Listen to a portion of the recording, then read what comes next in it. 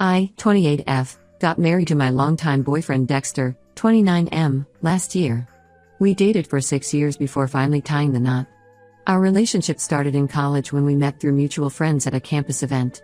Dexter was studying engineering while I was pursuing my degree in business administration. We clicked instantly and have been inseparable since then. For context, my younger sister Aria, 24F, has always been competitive with me since childhood. Whatever I did or wanted, she had to do it first or better. This behavior started when we were very young. When I was 7 and joined ballet classes, 3-year-old Aria threw tantrums until our parents enrolled her too. When I joined the school basketball team in 8th grade, she suddenly developed an interest in basketball and joined too, despite never showing any interest in sports before. When I started learning piano at 15, she insisted on taking piano lessons and practiced extra hours just to outshine me at the annual recital. This pattern continued through high school. When I got straight A's in my sophomore year, Aria studied day and night until she got straight A's plus extra credit in all her classes. When I got accepted into the state university with a partial scholarship, she worked herself to exhaustion to get into an Ivy League school with a better scholarship. Our parents always encouraged this behavior, treating Aria as their golden child who could do no wrong.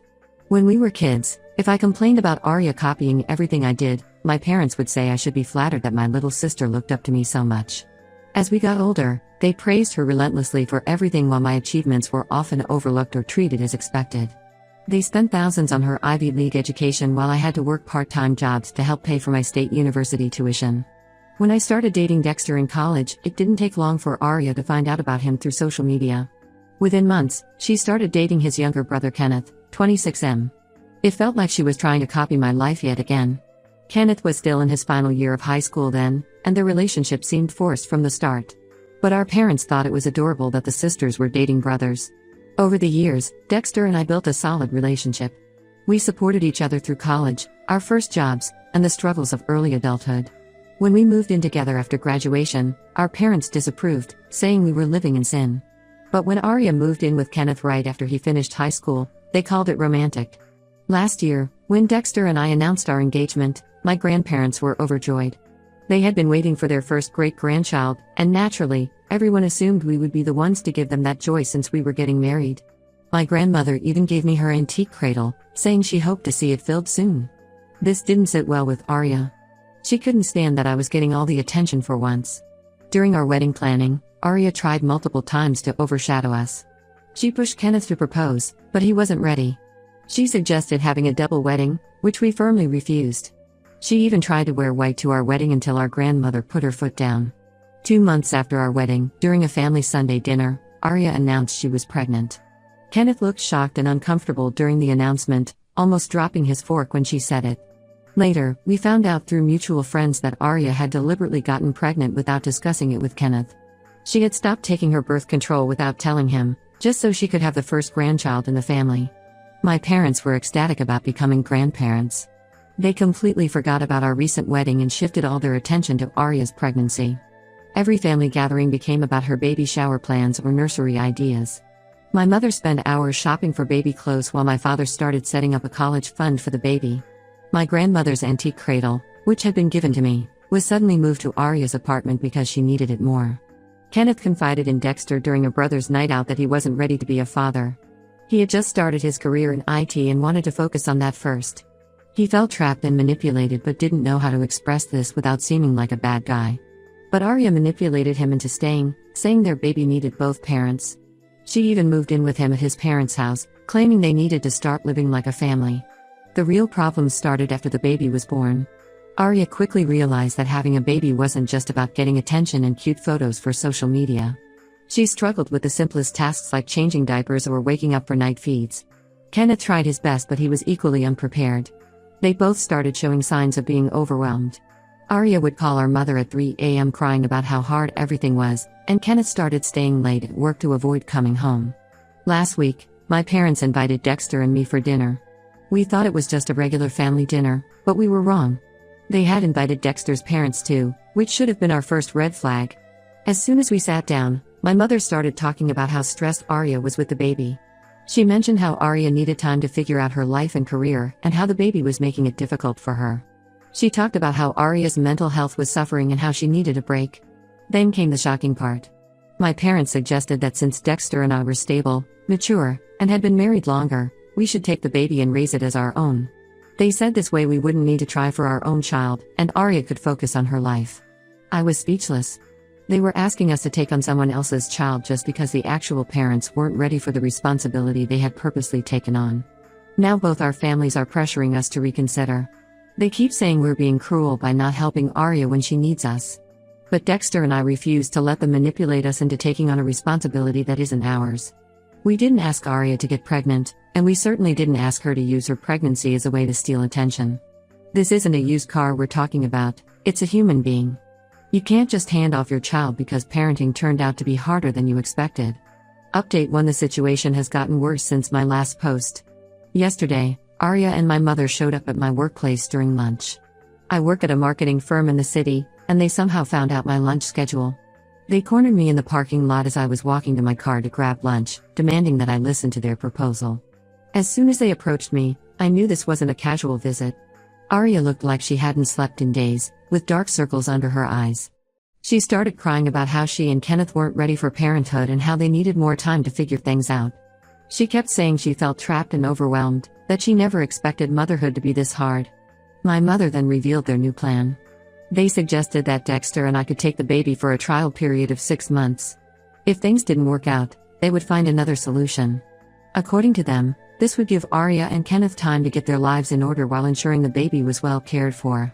They had even drafted a temporary custody agreement, which they pulled out of their purse right there in the parking lot. When I refused again, Arya became hysterical. She screamed that I was ruining her life and that if I really loved her, I would help her. She accused me of being selfish and spiteful, saying I was refusing just to punish her. Several of my co-workers who were also on their lunch break stopped to stare at the scene she was creating. My mother tried a different approach. She brought up how I had always wanted children and suggested that maybe this was God's plan, that I was meant to raise Arya's baby instead of having my own. She said that sometimes blessings come in unexpected ways, and this could be our chance at parenthood. The audacity of her statement made my blood boil. I told them both to leave before I called security. Later that evening, around 7 p.m., they showed up at our house with Kenneth's parents. They had obviously planned this ambush, thinking they could pressure us if they all came together. Thankfully, Dexter was home. When they started their emotional manipulation again, he firmly asked them to leave. They refused, saying they wouldn't go until we agreed to their demands.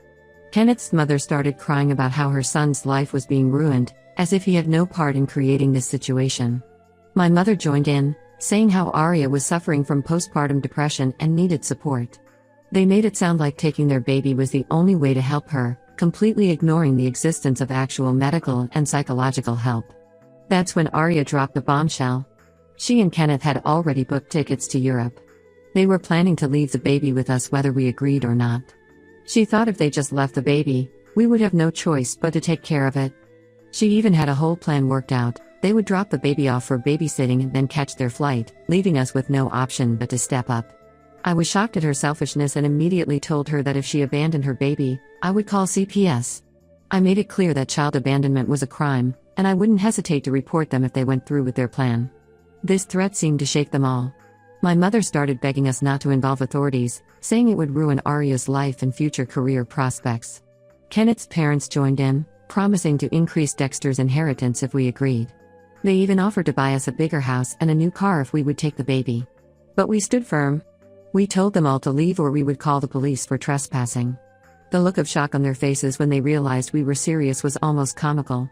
They couldn't believe we wouldn't give in to their manipulation. Before leaving, Arya tried one last time to guilt trip me. She brought up all the times I had said I wanted to be a mother, how I had always loved children, and how this could be my only chance at motherhood. She even suggested that my refusal meant I didn't really want to be a mother at all. I told her that wanting to be a mother didn't mean I wanted to enable her irresponsible behavior. I reminded her that she was the one who chose to get pregnant without thinking it through, and now she had to deal with the consequences of her actions.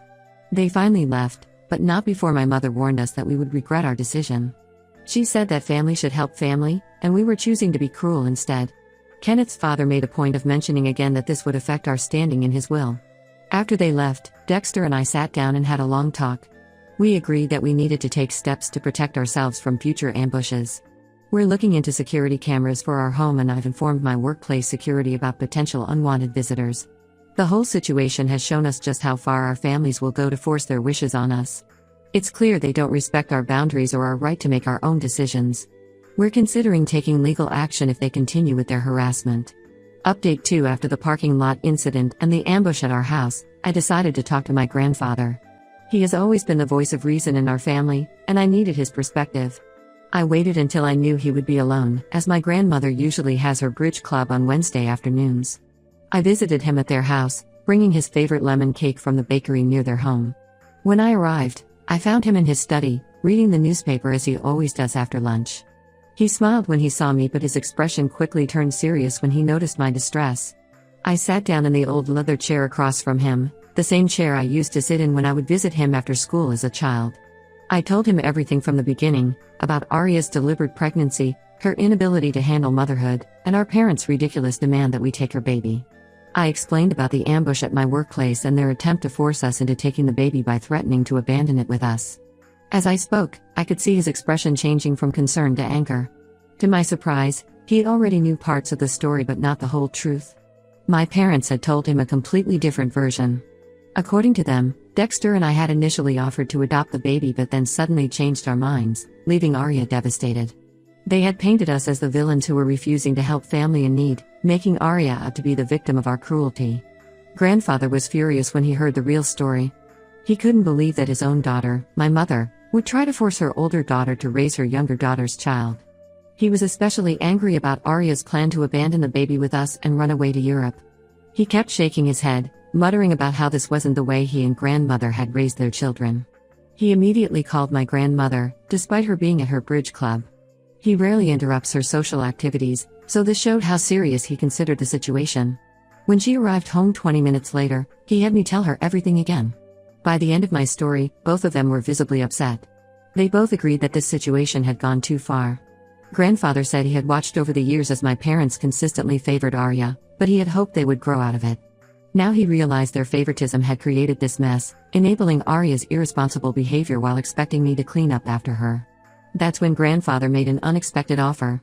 He owned several properties, including a beautiful house in a quiet neighborhood about an hour away from our current home. The house had been a rental property for years, but the current tenants had just moved out.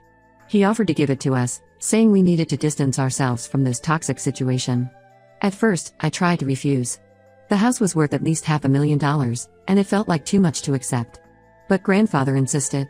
He said he had planned to leave it to me in his will anyway, and giving it to us now would help us escape this impossible situation. My grandmother agreed with him. She said that sometimes the only way to deal with toxic family dynamics is to create physical distance. She also pointed out that the house would give us space to start our own family when we were ready, without interference from either set of parents. They had their lawyer draw up the paperwork the very next day. The house was transferred to our names with the condition that we couldn't sell it for at least 5 years, not that we would want to. Grandfather said this condition was to prevent our parents from trying to pressure us into selling it and giving the money to Arya. When I got home that evening and told Dexter about my grandparents' offer, he was stunned. He had always gotten along well with my grandparents, but this level of support was unexpected. We spent the night discussing the offer and what it would mean for us. Moving an hour away would mean longer commutes to work, but the peace and distance it would provide seemed worth it. We decided to accept my grandparents' generous offer. The house needed some minor renovations before we could move in, but grandfather offered to cover those costs too. He said he wanted us to have a fresh start, free from the drama and manipulation we'd been dealing with. Update 3: It's been 3 months since we moved into the house my grandfather gave us. The distance has helped immensely in maintaining our sanity. The first thing we did after moving was change our phone numbers and only gave the new ones to my grandparents and a few trusted friends. We also installed a comprehensive security system with cameras, just in case anyone tried to show up uninvited. The house has become our sanctuary. We spent the first month repainting and making it our own. Dexter converted one of the spare rooms into his home office, and I turned another into a library, something I've always wanted. The large backyard gives us space to garden and relax, far from the drama we left behind. Arya and Kenneth never went to Europe. After realizing we were serious about calling CPS, they had no choice but to step up as parents. From what we've heard through mutual friends, they're both finally taking parenting classes and seeking help with childcare. Kenneth's parents stopped threatening us with the inheritance when they realized we weren't going to change our minds. My mother still tries to reach us through mutual friends. She sends messages saying we're being childish by moving away and that we're breaking up the family. She even tried to get my work email address to contact me, but thankfully my company respects employee privacy. Last week, she sent a letter through one of my cousins, claiming that Arya was depressed because of our actions and that we were being cruel by not helping her. My father hasn't made any direct attempts to contact us, but he's been telling everyone who will listen that we abandoned the family when they needed us most. He's trying to paint us as the villains in this story, but most people who know the whole truth understand why we had to distance ourselves. My grandparents have been our biggest supporters through all this. They regularly visit us in our new home and have made it clear to everyone that they stand by our decision. Grandmother even told my mother to stop trying to contact us until she can respect our boundaries. This caused a huge fight between them, but my grandmother stood firm. Dexter's parents eventually apologized for trying to manipulate us with the inheritance threat. They sent a letter acknowledging that they were wrong to try to force us into taking Arya's baby. However, we're still keeping our distance. One apology doesn't erase months of manipulation and pressure. The whole experience has shown us who truly cares about our well-being versus who just wants to use us to fix their problems. We're finally at peace with our decision and looking forward to starting our own family when we're ready, on our own terms.